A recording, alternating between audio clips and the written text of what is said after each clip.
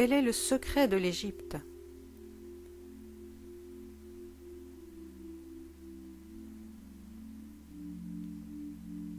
Comment cette connaissance intérieure, ce sens religieux, a-t-il pu perdurer pratiquement intact pendant plus de 3000 ans?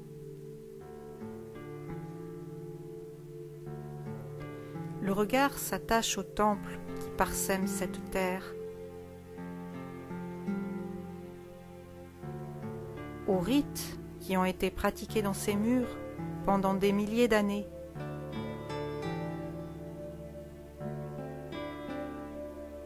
Mais le divin que l'on cherche du regard au milieu de ces temples et que l'on perçoit confusément, où est-il?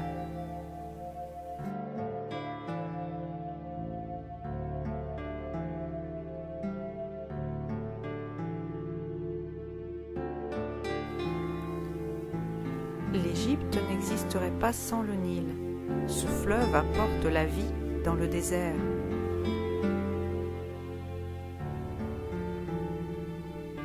Le Nil représente la vie, il est la vie, l'expression même du flot divin descendu sur cette terre aride et désolée. La vie d'un ancien Égyptien était alors tout entière tournée vers le Nil. L'homme naissait du Nil, il vivait grâce au Nil.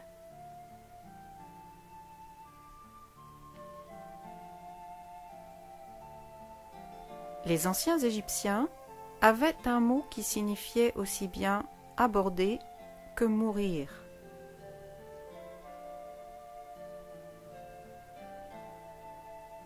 Ainsi, la vie véritable était au sein du divin, au sein du flot d'énergie vivante, le Nil.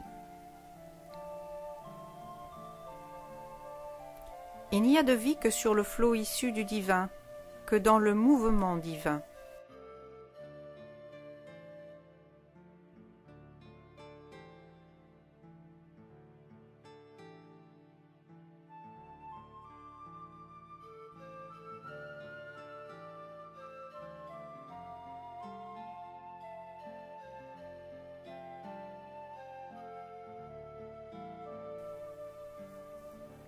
La conscience de la présence du divin est sortie du Nil comme la terre originelle dans les mythes égyptiens est sortie du Noun, de l'océan d'énergie primordiale.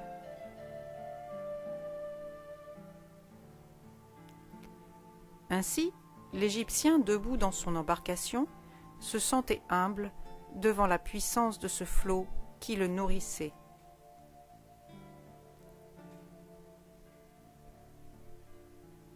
Au-dessus de lui, presque à la verticale, passait Ra, le soleil, inondant les deux rives de sa clarté génératrice.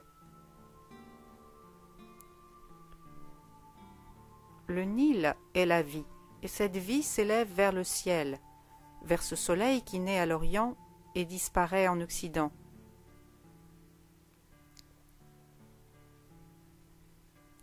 Lui, l'ancien Égyptien, l'homme issu du divin, se tenait là, respectueux dans le silence, au milieu du monde, à la jonction de ces deux courants d'énergie.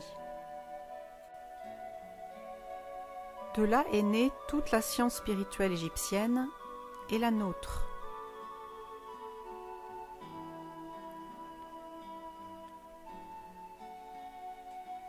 L'Égypte est le pays des deux terres, la basse Égypte, représentée par le cobra, et la haute Égypte par le vautour. Sur une carte, nous voyons un pays coupé en deux par son fleuve.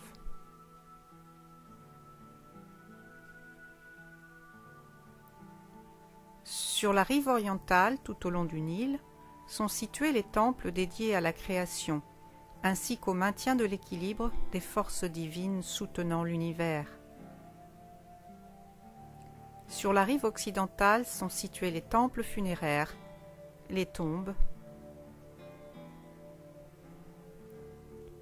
et les pyramides, chrysalides permettant la transformation de l'état mortel à l'état véritablement vivant, immortel. Tout est double en Égypte, double, mais sans pour cela obéir à l'idée de bien et de mal. Car le centre vivant de l'Égypte est le Nil, c'est le lien qui unit deux mondes, celui de la vie et celui de l'autre vie.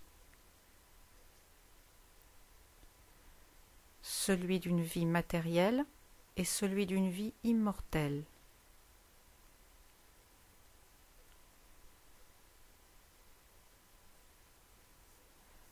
Et ce qui les relie est le flot divin.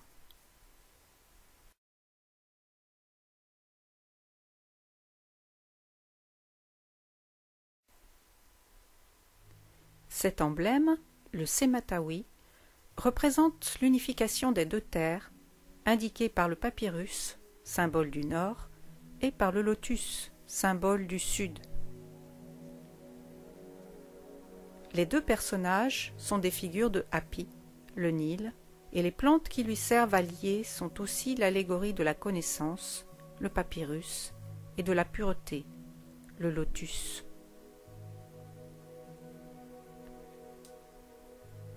Le symbole lié par les Nils est celui du cœur, ou cœur-poumon, et de la trachée-artère.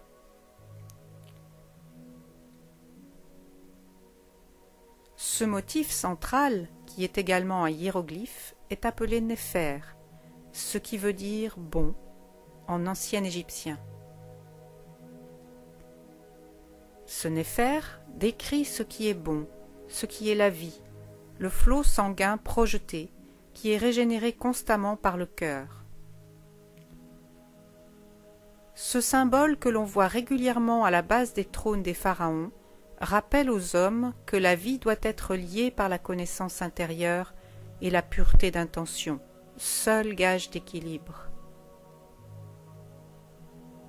Le dieu Sia est la connaissance intérieure, et Mat, que voici, la déesse de la justesse intérieure, la garante de la loi divine, de l'ordre cosmique.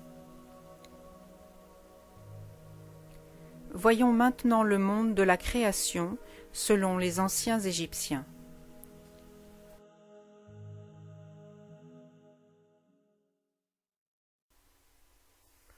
À l'origine, il n'y avait que le Noun, l'océan primordial.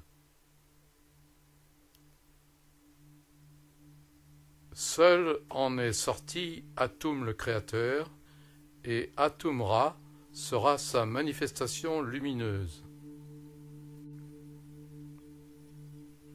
Atum fit naître un couple de dieux jumeaux, Shu et Tefnut.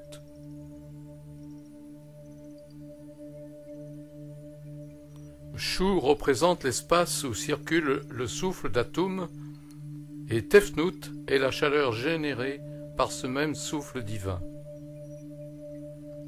Shu et Tefnut sont le réceptacle dans lequel la lumière d'Atum peut se manifester, et ainsi naît le feu du désir. Ce sont les forces vitales nécessaires à la vie.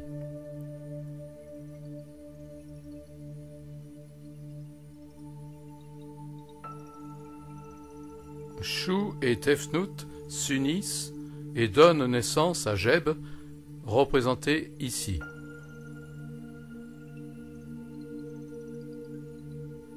Et à Nut, c'est-à-dire à la terre et au ciel, ou à la matière et au temps, car ces concepts sont indissociables pour l'initié égyptien.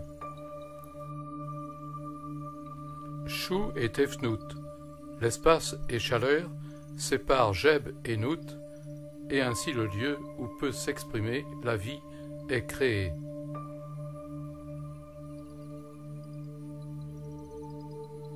Dans ce nouveau monde, il faut des dynamismes.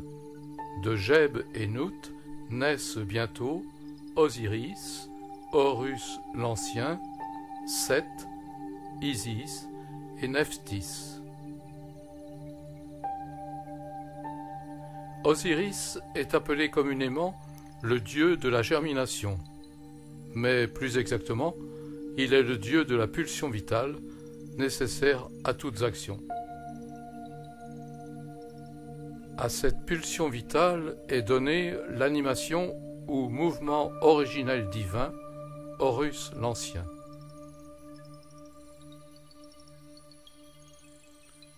L'élan de cette pulsion vitale animée est projeté comme une puissance formidable dans notre monde dualiste, l'espace-temps.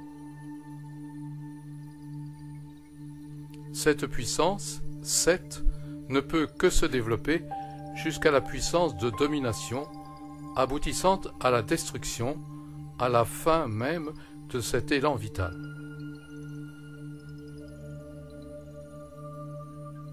Set exprime cette puissance dominatrice contenant en elle-même sa propre désagrégation.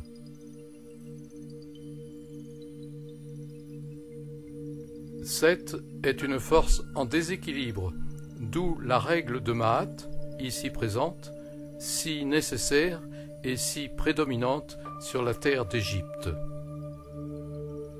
Mais Set n'est pas négatif, car la vie a besoin d'équilibre comme de déséquilibre. Cela est essentiel au bon écoulement de la vie. Ensuite vient Isis.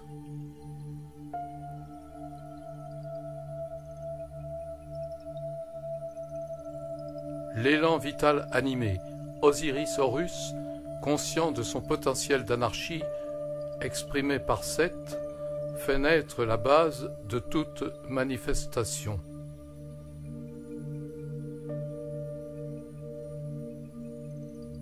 Et l'image de cette base, Isis, est un trône royal, c'est-à-dire la conscience de sa relation au plan divin.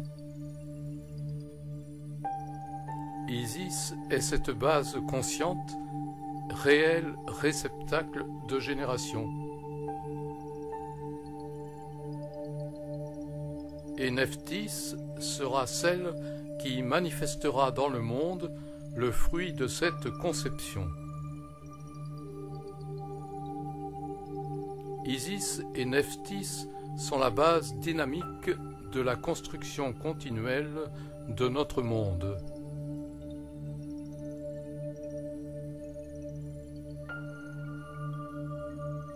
D'Atum est sortie la grande Énéade, et c'est de l'Énéade que vient Pharaon, nous disent les textes des pyramides. Et Pharaon est le régent de ce monde au service du divin.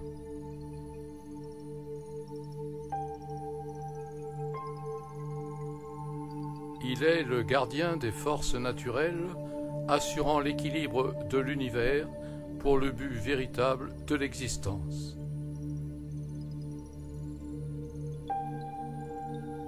Qui est aller au jour, c'est-à-dire ressusciter dans le monde divin.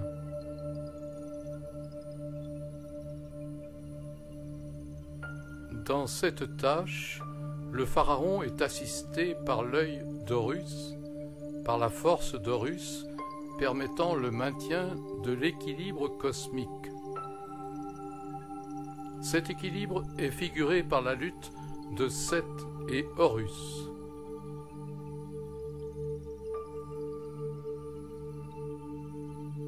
Dans le mythe, Osiris est tué par Set, après quoi il est dépecé et éparpillé tout au long du Nil.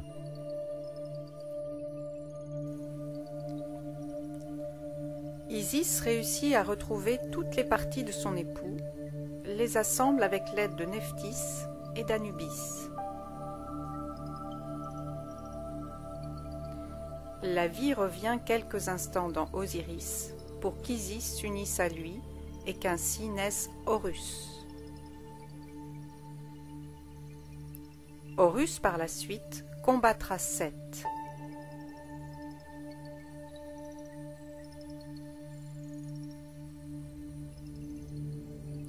Et celui-ci sera finalement soumis.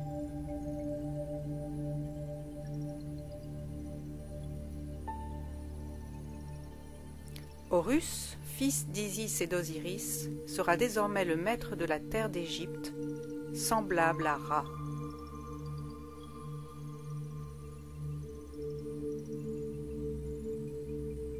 Il exprime la vitalité de la conscience génératrice, celui qui du haut du ciel voit et peut toutes choses.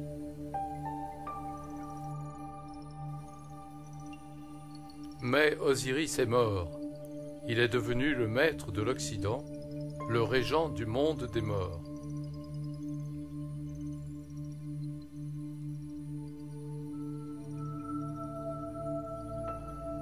L'élan vital générateur, Osiris, est maintenant au service du processus que chaque homme doit accomplir.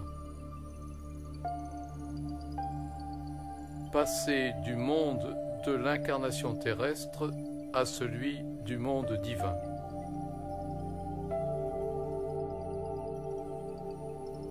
Le monde naturel est régi par Pharaon sous l'égide de la manifestation d'Horus, et la terre d'Égypte est sous la loi de Maat.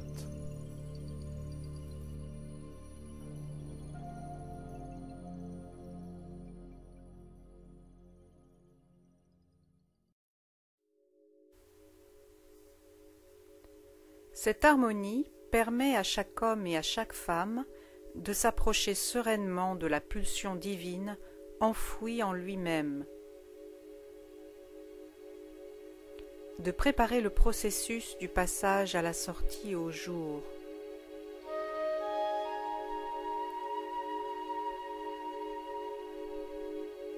Accompagné par Anubis et aidé par l'élan vital d'Osiris, maître du monde des morts.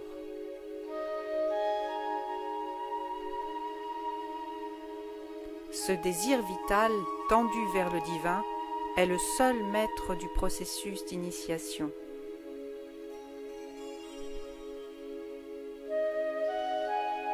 Hier,